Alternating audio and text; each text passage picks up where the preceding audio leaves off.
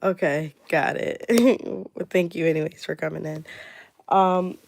So tonight on Scale and Soul, we're gonna be talking about the tears,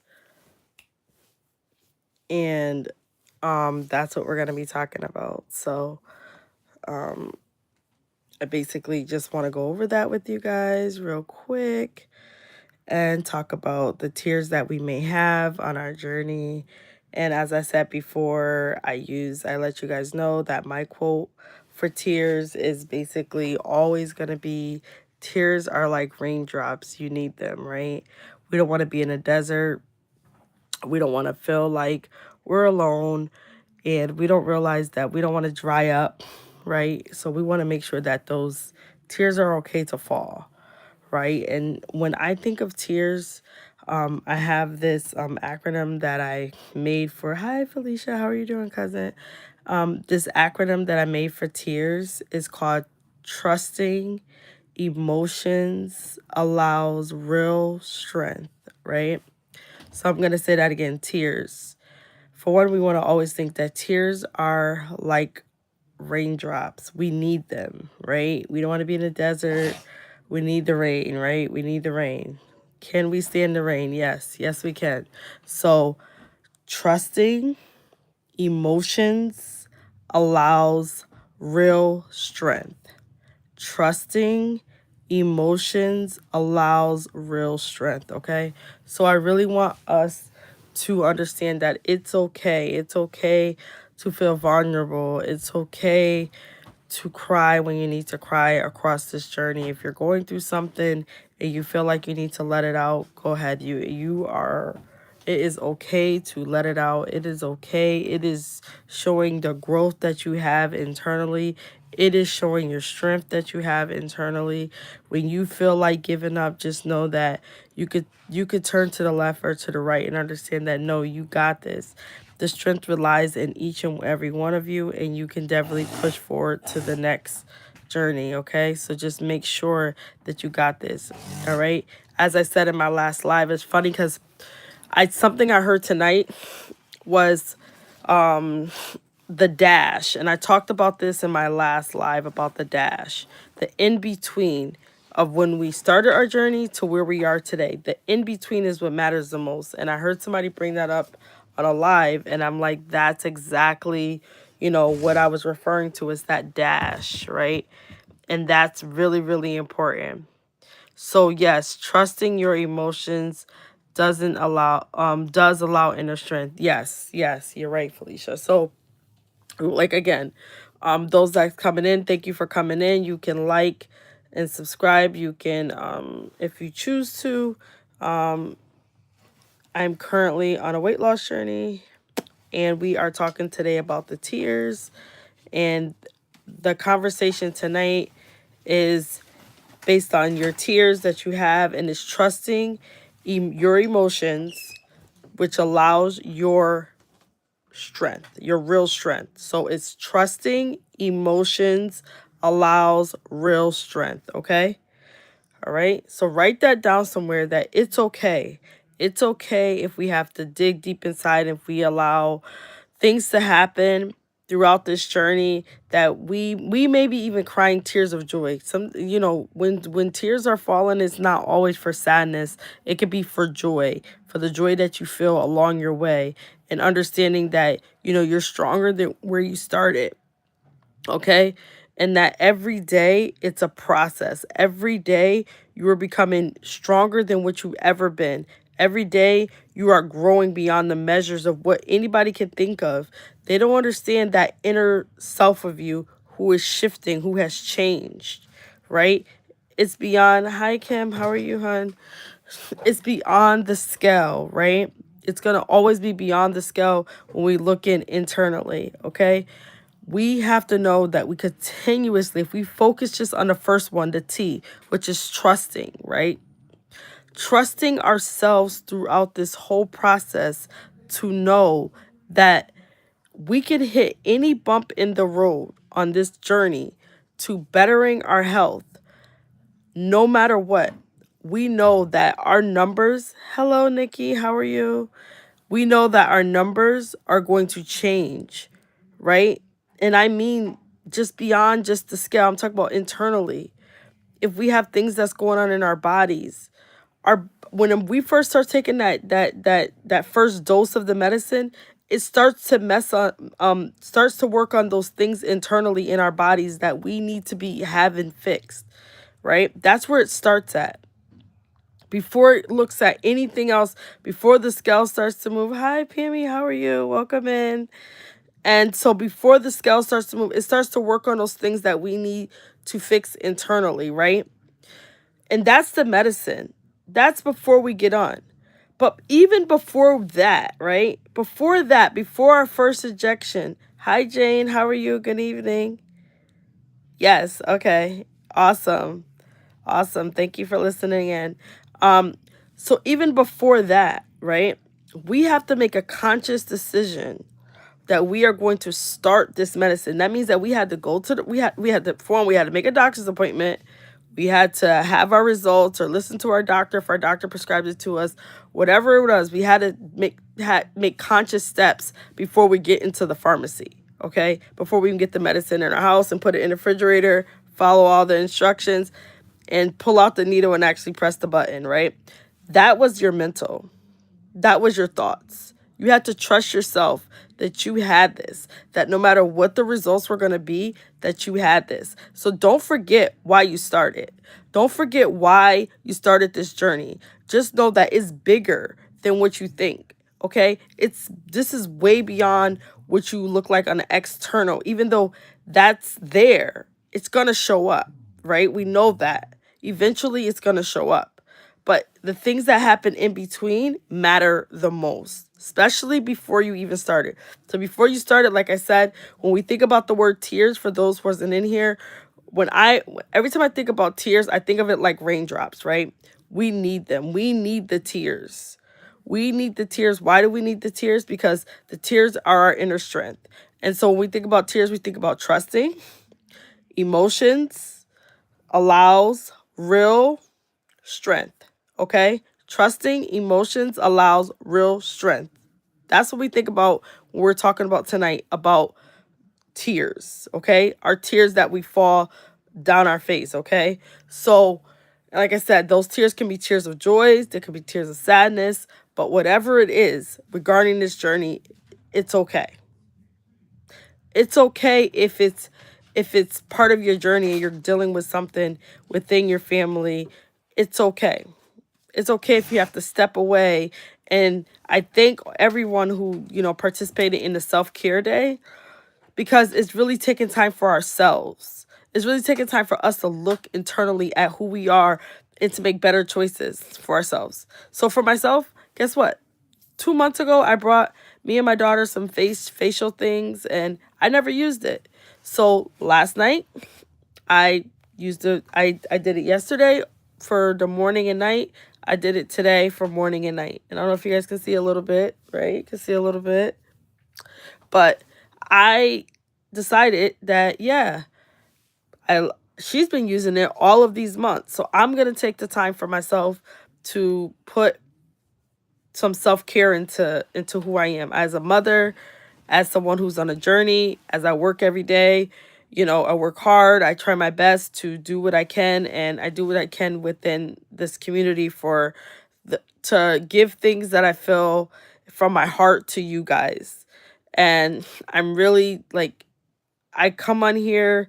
I'll tell you right now, I really sometimes don't even really have the strength to get on the page because I have so much going on around me around me throughout the day, as we all do. But speaking on myself only, I really have a lot of things going on, and sometimes I feel like I can't even make it here. So the time that I really dedicate to the channel or even communicating to the community, this is, me really just being thankful and trusting the process, to understanding the days that I want to give up and I don't want to even do this anymore, I continue to go. And what is me trusting the process has gained me starting on this medication without a provider. My doctor was not by my side, right, at all. And I didn't know what to do. The reason why I went to ENT is because I have good insurance. At least I think I do. And And I can basically, the type of plan I have, I can go to like a specialist without getting a referral. So that's the plan that I chose with my employer. And so I was able to get the kind of things that I needed for my health, if since that provider wasn't even there to support me through this. And um I went through the beginning of my, my journey, which is starting from March, like around March 15th, all the way to like the end of July into August, with like no provider giving me guidance unless I reached out to like the telehealth company that I was utilizing at the time. And mostly they just was fulfilling my medicine because I really didn't have that many side effects. But I would say this is that I really took time to really think about it, like with tears and crying, like I still want a provider, like I still want to be able to call on somebody. And I reached back out to her to try to have a conversation with my doctor, but she still was like absent, like she just does, I guess she just doesn't have time for patients or whatever the case is. Maybe she's overwhelmed. I really don't know what the situation is. But as a patient, I felt very just like left alone in the situation. I had the community that I used to like go on my personal page and talk to you guys and stuff like that. But at the end of the day, I'm more personal. Like I really wanted my provider. I did. I'm gonna be honest. Um, and so I had to trust a telehealth company. I didn't have to trust in myself through that whole process. And just trusting myself, I was like, okay, I'm gonna step out the box. I decided to drive an hour and a half just to get medical care, which is insane that I have to even go that far to get medical care. But overall, over the last 3 months, it has benefited me because, the gentleman that I have, he actually really cares for me as a patient, and I appreciate that. So I had to trust the process, even though in the beginning it didn't look right for me, right? It just didn't look ideal for me. And this is my first medication. And I say that like being so serious. Yes, I've taken vitamins and those types of things. But when I say my first medication is, I've never had an epidural with my children. I've never took a flu, a vaccine, none of that. I do not like taking medicines, let alone putting a needle inside of me. So that's something that, like, me walking into this was very like, I didn't want to say I was fearful, but a part of me was like, what can happen? So I had to trust like myself and read up on the information that I had and say, you know what, I can do this, but it's gonna definitely take me a little bit of time to really fully get there. Um, and all through that, like I can let you know, is with all of that going on, I had emotions. My emotions would go up and down, up and down. They were never really consistent. um and I can't say I still have it, a part of me, because like I'm like I'm like still just like trying to know, okay, this guy's not gonna like bail on me like this other lady did.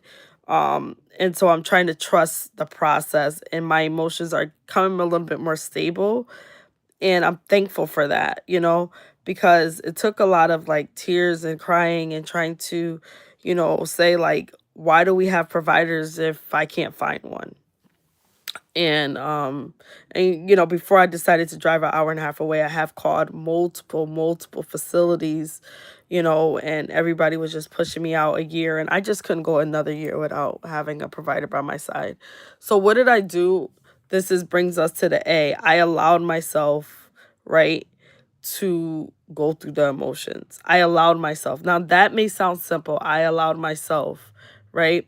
Meaning that I didn't look, even though there was a community out there, I really decided that I was gonna allow me to really say, you got this. I was allowing myself to really say, Michelle, you got this. I spoke to myself in the mirror consistently, telling myself I will get a provider that cares for me as a patient. And that's something that I stood up to, and I kept telling myself, and I allowed myself to continue to take my medicine and continue to monitor all my side effects. I was big at like changing my injection sites. I was following like literally Eli Lilly. Like I have a message thing on my phone from Eli Lilly because I signed up to get like the messages to make sure I'm taking my shot because of my memory. I didn't want to forget to take my shot. And then I also, like they said, if I had questions, I can always call them. So like, yes, I had a telehealth company. Yes, but I also used to reach out to Eli Lilly too, because again, they are there to support you too through this process, whether people have realized that or not. And so, like, I allow myself to be vulnerable in this moment in multiple different areas because I needed to. I needed to open myself up more to just me, but allowed me to look externally and say, you know what, I'm going to reach out for as much help as I can. Sometimes I will put questions throughout chats. Sometimes I'll get responses from people and sometimes I wouldn't. And, I was fairly new. A lot of my questions, came from like me asking on the internet, me asking Chat GPT, because I wanted answers. I needed to understand my body, right? So I'm gonna go to the chat just to make sure I acknowledge everybody that came in and make sure I didn't miss any of the comments. Nia said she would be watching the replay, so we did see that. Felicia, thank you for coming in. Kim J, Nikki, I'm trying to see, make sure I can. Jane and Pammy came in, and let's see if there's anything. So Felicia had said tears are a form of release, whether that is happy or sad release. We need it. Yes, I agree. Kim J says, I'm happy God sent you the right doctor your way. Yes, I agree, Kim. Definitely. It's something that's always needed. And Nikki says, I'm sorry you didn't have the support you needed in the beginning. Yeah. Yeah, it was very different for me. My beginning looked very different, and as well as like me being like a very like private person, it was just like, who can I reach out to? Who do I know? And am I doing everything right? So that's why I did like a lot of stuff like the way I did it in the beginning too, was because I was making sure that I didn't make any errors. And when they told me to change my injection site, even if I liked my right thigh, I couldn't keep doing it in my right thigh because I know it said switch. If they said like it was like 7:59, I'm sitting there with my pen, excuse me, because I was doing my injection at 8 o'clock. I would be sit there at like literally watching the clock go down to 7:59 because I thought that I had to make sure that I took it like right on the dot. Like I literally, not until like I got into like the community more and more and more and people were talking, and I was like, oh, people are like kind of being a little lenient with this. Not like I should, but I was like, I don't have to stand it with the pen at like, I'm holding it for like 5 minutes. I took it out the refrigerator. I'm just sitting there waiting on the time to go down to exactly 8 o'clock and make sure I press the button. Yeah, that's how bad it was. I just was like so nervous about that part. And so the R. See, I'm gonna try to remember. It's not Shana. It's not Shani. Shani. I think I said that right. Hi, how are you? Welcome in. See, you're gonna get me tonight. Um, so the R is real, right? So when people say be real with yourself, right? That's where I get that from. It's like I had to be real with me. I had to really decide that, oh, thank you, that my health was more important, right, than my fears. I really had to make that decision really quick because I'm scared of needles. When I say I'm scared of needles, I'm scared of needles. So I really had to be really real with myself and be like, Michelle, get it together. Talking to the mirror, Michelle, get that together. You gonna take this shot, and this is how it's gonna be, and you're gonna follow all the things you need to follow in this process. Why? Because I was like trying to become a better me because I couldn't breathe, you know, because I have my children that I don't want to just like leave this world because I'm, not taking care of the things I need to take care of. Okay. So That's how I took it. I basically was to tell myself I got to be real with me. Like, Michelle, be real. Like, can't be faking the situation and act like you don't need something that you really do need, right? And I didn't like, and I still at the same time didn't know what I was walking into. Like, I'm walking into this big old community of people who, has all of this support until I really started doing more research. Um, so let me make sure I didn't miss anything else. Pammy says, oh man, yeah, I'm thankful I had a supportive PA. Yep, that's amazing. At the at first, um, but when she left, I had to just tell my provider what I wanted. Oh, okay, got it. And for the first 6 months, I only had my friends who took insulin shots to tell me how to rotate and walk me through my first shot. Yes, because it could look a little scary, especially when you're not used to anything like this. And I'm definitely not used to this. Like, if I decided to go through labor with two children with no epidural, yeah, that was my situation. Um, so then through that process of me being with myself, you get strength. So just know that, strength is out of your tears is your last one. And I say that because what makes you weak makes you stronger, right?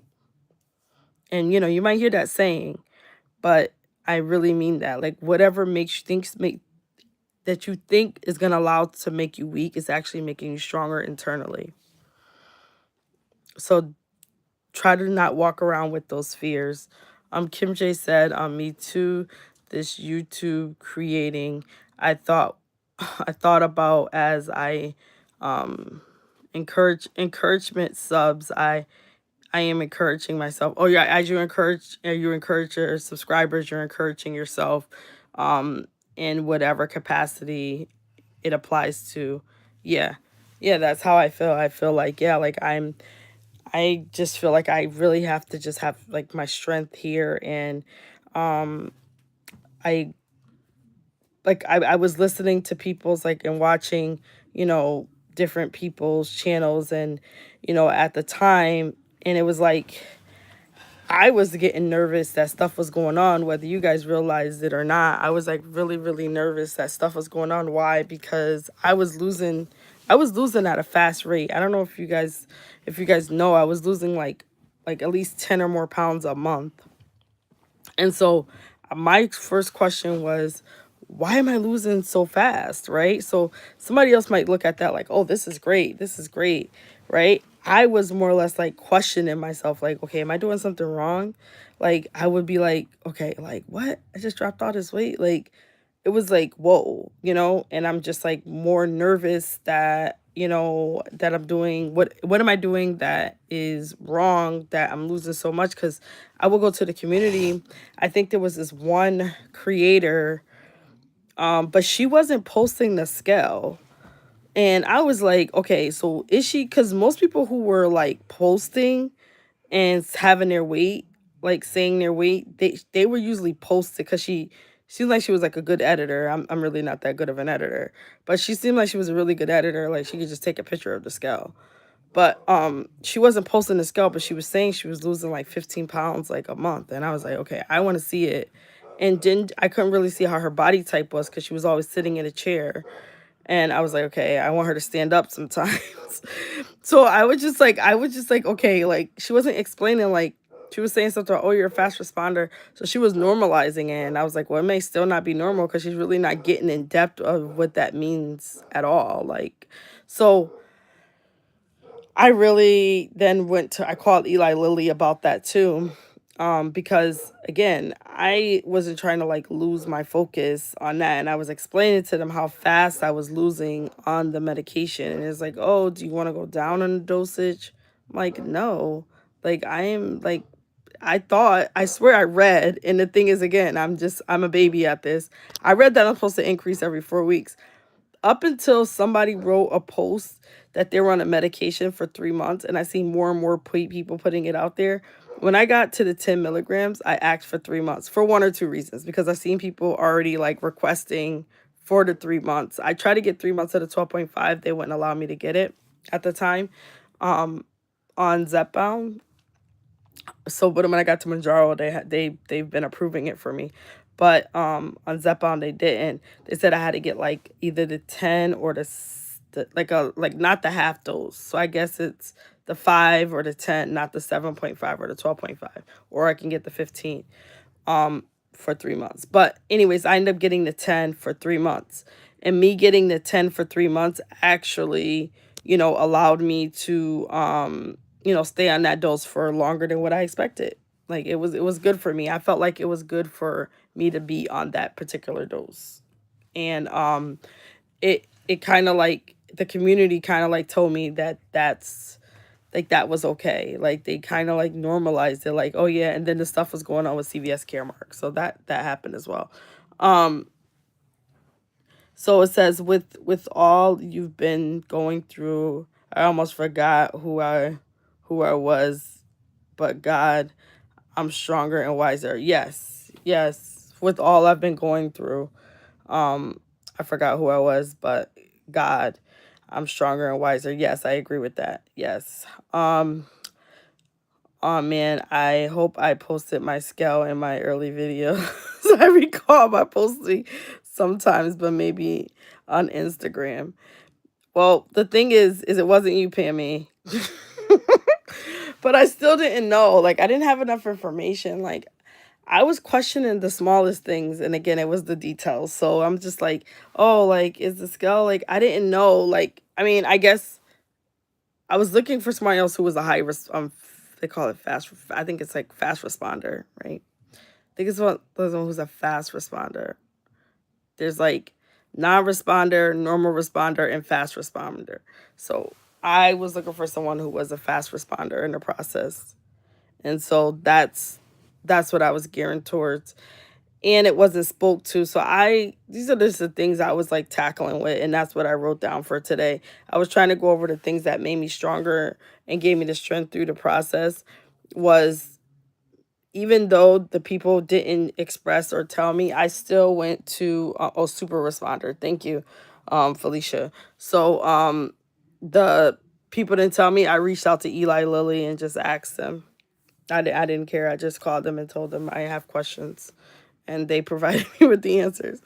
'Cause I didn't know, Rue. I didn't know. And I sometimes I put my questions in the chat, and I don't know if I miss them or maybe they timed out. I don't know how it used to work on YouTube because I really wasn't into social media like that. And sometimes they'll get answered and sometimes they wouldn't. So I really try my best as I go through to try my best to answer questions if I see them, if I can answer it. When do you experience rapid weight loss? Is it jarring because you stay so focused and then one day you look up in the mirror, you recognize you don't recognize yourself, right? Right. It's like, yeah, because the thing is like even right now, like only because I might go back and look at some old photos of myself, I am really like still shocked, like, okay, did I really lose all that weight? Like I really don't see it, but I know my clothes is bigger, like, you know, I know that I'm trying to like build muscle in between to try to make sure my weight loss is like consistent and that I like build myself up to a point that I can consistently lose. PME says, I bet that was hard losing fast and then seeing a different person in the mirror. Yeah. I saw a few people who lost fast and were closer to 200. Oh, I started at 313, so it took me longer. Yeah. Yeah, my starting weight was 274 and I am now 201. My doctor yesterday I was 202, but my weight when I've been before I gotta weigh myself. I'll weigh myself on the 31st. I've been like contemplating. I keep going back to the scale, but I guess I'll wait to the 31st and see if I'm at 199. I've been at 202 since I came back from my trip. So it hasn't really moved much. I don't know. Maybe it caught up to me all the stuff that I had bad when I was gone from my work trip.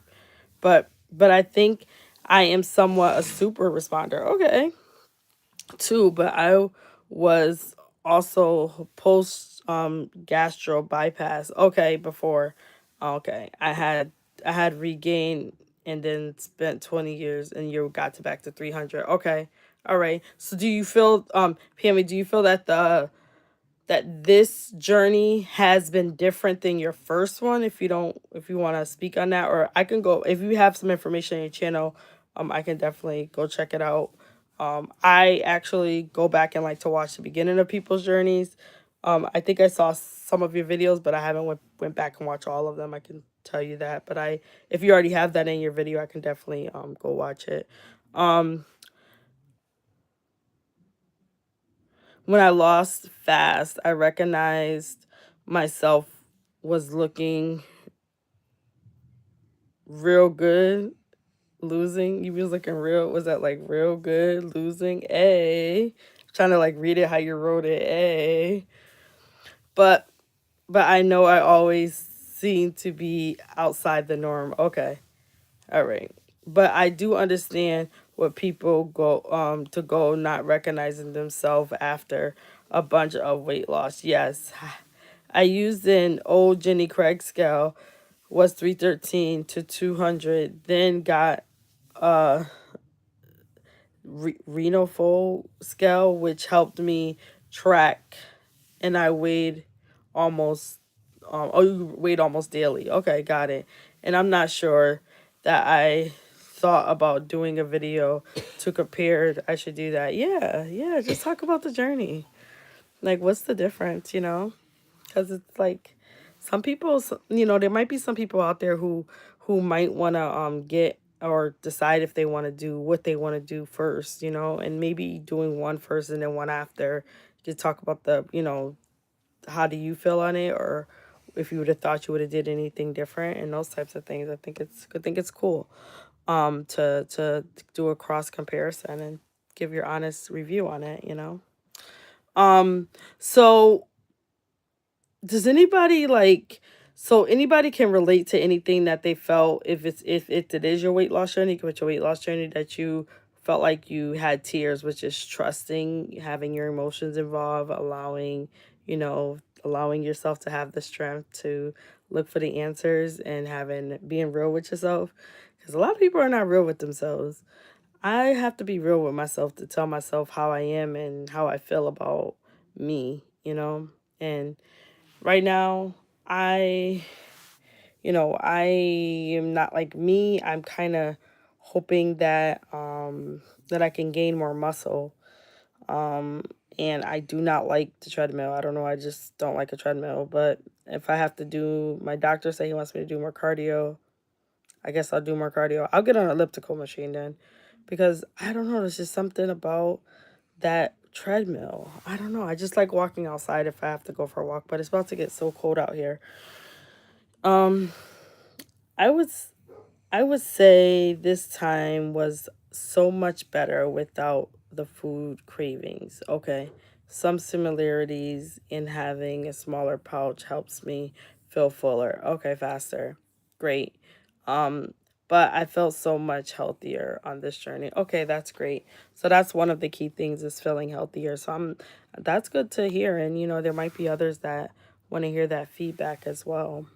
Um, but I think that way because I felt that was before the weight loss. Yes, I rather not have had extra weight. Yeah, in your head, you good than you are. My health scared me. Um, your health scared you and made you feel that way. Okay, got it. All right. Yes, hearing that you were type 2 diabetic kind of probably like put some, like that, like the thoughts of the, like, not really, I don't know if I want to call it like fear, but the thoughts of like something suddenly just happened. That's kind of how I felt when they gave me my results of me not breathing. I'm like, what? Like, how many times did I stop breathing? And my sleep? Like, what? That don't even sound right to me. But okay. I'm still here, right? I was like, praise God, I'm still here, you know. But plus those around me didn't pick on me, so that helped a lot too with self-esteem. Yeah, that's good. Yeah, that definitely helps when you have people around you who really love you. And love is love. I'm telling you, there's nothing greater than love, right? You're showing people that you care about them, even from a far distance. You're just showing them that you care, like having that undivided attention that you can give them and show them that you care and you love them. I think that's amazing. I think it's great, actually. So, hello, Teddy. Welcome in. Um, don't feel like you have to walk if you don't like that. Elliptical is great, or bike riding. Yeah, I like doing strength training. I do recommend some type of workout, but whatever you like. Yeah, like I like to work out. I do like a lot of more core exercises. Some of the stuff that they're doing in the challenges. Um, and I like to do like more of my midsection because my midsection and my legs. I don't know if anybody's seen that video. My grandma said my legs are big. Guess what? She told me like the other day that it looks like I'm getting a little smaller. I didn't have her on record though, but she said that. But yeah, my midsection and my legs are my biggest spot. Everything is good, Teddy. We're talking about tears. Tears meaning trusting your emotions. So the T is for trusting, E is for emotions. Allows, right? Allows yourself to gain the strength, which is the R is real, being real with yourself, 100% with you, right? With you gives you your strength that you need through your journey. Okay. So tears, that's what we're talking about.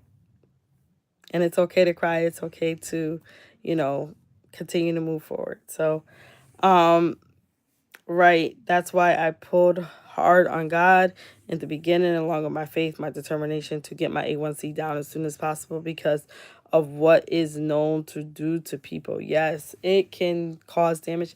I I've been praying, and every time I'm out I come across somebody that either needs to be on a GLP-1 or is on it, but they don't know what to do, right?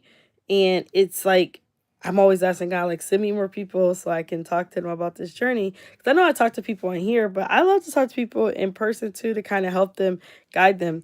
And so I'm thinking about doing something a little different. And hopefully, so when I'm talking to people, I can kind of give them, like, it's, I'm going to try to do something where I can talk to people. Maybe I can bring together like a community of people within my area and talk to them more about GLP-1s because I don't know if they're on social media, but I think they're trying to do it on their own for what I hear. I don't know if anybody's like leading them in the right direction because every time I come across somebody, it's like, what? I should be drinking that much water. Even people that I met, excuse me, at my job. It's like I'm trying to show them too. Each person that I meet, I'm trying to like teach them something because it's like I really got on here to teach myself. Like if I've like let me say this, one of my family members had a medical condition. I studied. I was in the library studying that medical condition. Like his doctor's was like, you should be a doctor. Like you need to be a doctor. Like be like in our field. Like how did you know all of that? Like I studied it, like I was in the library. I love reading and stuff like that. So even though I'm dyslexic, I like to read, so I like to understand because I think you perish because of lack of knowledge and understanding. So I've always like wanted to make sure I was like reading and understanding things throughout my life. So yes, this condition, I was like, when I'm listening to you guys lives and I'm getting information, I'm literally with notebook and pad and like trying to make sure I like if I had questions that they got answered and that I understood what was happening, and I would go back and read my notes over and over and over. Like I have OCD when it comes to learning. I don't know if you guys know it was like a like it's a what is it called? OCD is like when you repetitively do something like over and over and over, you just I don't know why. That's how I am with like my learning. Like when I want to know something, I want to like study it. I want to like really dive in and know it like internally, so when I speak, like it can help me with my memory too. Like if I just keep ingesting it, right, eventually it would never leave me. Like I would know exactly like what's going on. Oh, I thought it was the tears are temporary. Your tears are just release of the pain, etc. It's a song. Oh, thanks, Teddy. um I was so angry with the cardiologist who said history of type 2 diabetes. I said I was just diagnosed, not a history. I was so mad. She when she said that, those are hard words. I was like, right. I was like, get it right. Oh, you was like, get it right. Oh yeah, get it right. Like, I do not have any history. I don't know what you're talking about. Yeah, like it's hard. Sometimes me people misspeak, and like it's I think in so many different atmospheres. And sometimes, like, if they catch themselves and they apologize, oh no, I didn't mean it like that, that's okay. But like sometimes when we misspeak and it comes off the wrong way, especially to the person, it's like you got to be mindful of your words when you're in certain environments, especially healthcare, because people are in their sensitive moments. Like, my primary care that I had before thought it was okay to, like, that she canceled my appointment, then they rescheduled me for a year. I'm like, that is unacceptable. Like, y'all should have put me in to a slot and moved somebody else. Like, I take things like personal, because even when you have like your like I take that for everything. My nail stylist, which I need to see soon, because I'm down 4 nails, you guys. I'm this gym, this rope thing, I'm down. I would not be getting long nails again. Right. I used to wear these nails all the time before my journey. Um, but I haven't had them on in a while. If I get them again, I'm gonna have to get them like really, really short, because I'm down 4 nails and I can't. This not the type. We're not doing this. We're not doing this. No, we're not doing this at all. Mm-mm. Absolutely not. There's still so much fear about GLP-1. Yes, please help them. Um, JC said reach out to Himani. Okay, she is doing that in her community. She has a group she leads. Yeah, she was speaking about that. That like she has a group of Indian women who get together and talk about GLP-1. I thought that was dope. I told her, like, I like that. I like that idea. She was talking about it, I think, on one of her lives that I watched. But yeah, thank you for telling me that, Jane. Pam, most people have type 2 diabetes for a while without even being elevated. Okay. Is it, yeah, evaluated or elevated? Um, Diagnosed is when it's tested and confirmed. Not when it starts. Often systems show up, symptoms show up before the lasting elevated blood glucose. Okay. I know I was offended because I knew for years I was riding on the borderline of type 2 diabetes, and I have a big family history, including my dad and my older siblings. Oh, okay. So it's like it goes throughout. Okay, I got what you're saying. Jane, I said no telling how long I had type 2 diabetes because I was too scared of getting checked as well. Um, the big C at the time. Yeah, and so you guys are talking about that, and like, so for myself, I know my doctor, that's what he's saying right now, because like, my dad's no longer here. Like, I know he had high blood pressure. He died of a massive heart attack. And like my blood pressure is like high, and I didn't even know I had high blood pressure until like I went to my ENT, and like until I got my, actually not even, can't say when I went to my ENT. Well, I went to a follow-up ENT appointment at the end of July, and like he's been, my new PCP has been like monitoring me, but also he was concerned because my what's that, A1C, my A1C was like I think it's 5.6. I was at the borderline of pre-diabetic. I think that's right. I think I'm at the, I can't remember, but I think it's something like that, at the borderline of pre-diabetic. So, and I was on Zepbound at that time for almost 6 months. So what he was saying is either I was already, because I had like all of these different symptoms. He was just asking me like the symptoms that I was reporting out that I told him I had. He was like, that's weird, because that sounds like she should have been concerned, because of that sound like you possibly could have had it. And I also said that, I think it's on my dad's side, but I couldn't confirm it because he's no longer here, but I couldn't confirm all the information. Um,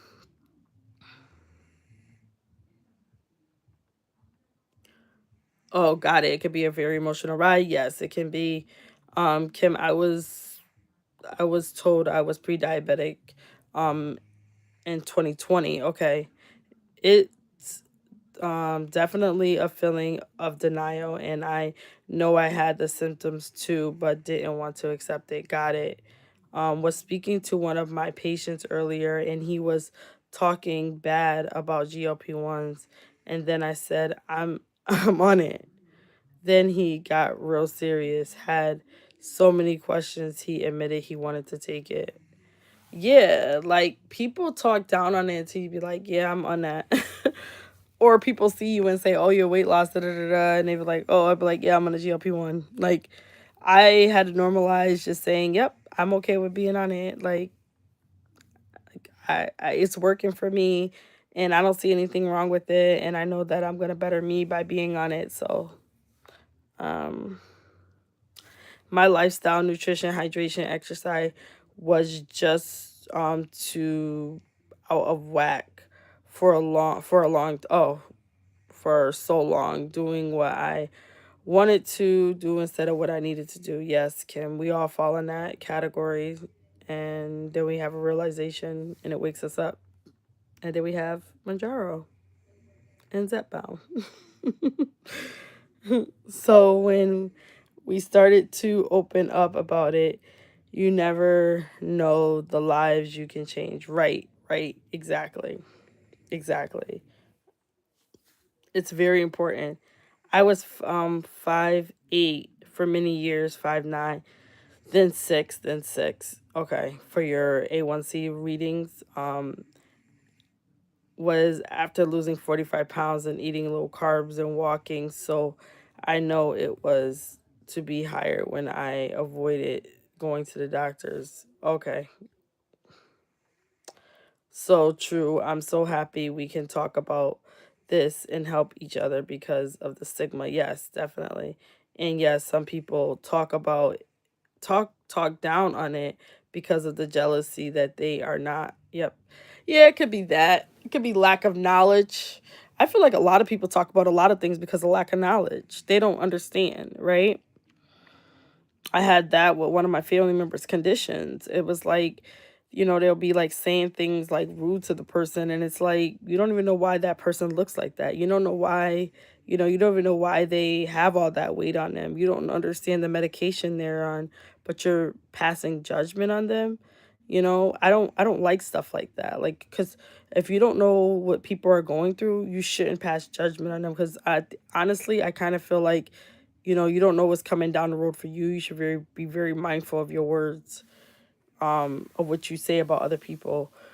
And yes, some people, yes, we seen, my A1C was 15.1, 5.6. Oh, now it was 15.1, and now it's 5.6 and 5.5. Okay. Yes. Yeah, it definitely is a lack. I look at it as lack of knowledge. They, you know, and including me, right? I could have been one of those people. I don't think I've ever talked down on it, but um, I remember, like, I do remember our expenses going up because of this medication in our organization, and I was just like, well, what's happening? Like, why is there such an uproar? Why is there so many people? What is going on? I was like, okay. And then like I had this gentleman, he was like I forgot what his title was. Anyways, his whole job is like working with procurement with me. He used to come down and have meetings, and we used to sit, and we might have made like some comments about this, I could be guilty of this myself. Because I think we were both like trying to understand, like, okay, so oh, by the way, I'm kind of probably gonna give away where I work at. I'm not gonna say that because it's gonna give it away. But yeah, so where my job is, they get awarded for something every year, um, and within that, we were making like comments about relating the GLP-1 to that, and we were like, "Wow, we're number one over here," but then we are, this is going on over there, but you know, interesting. Um,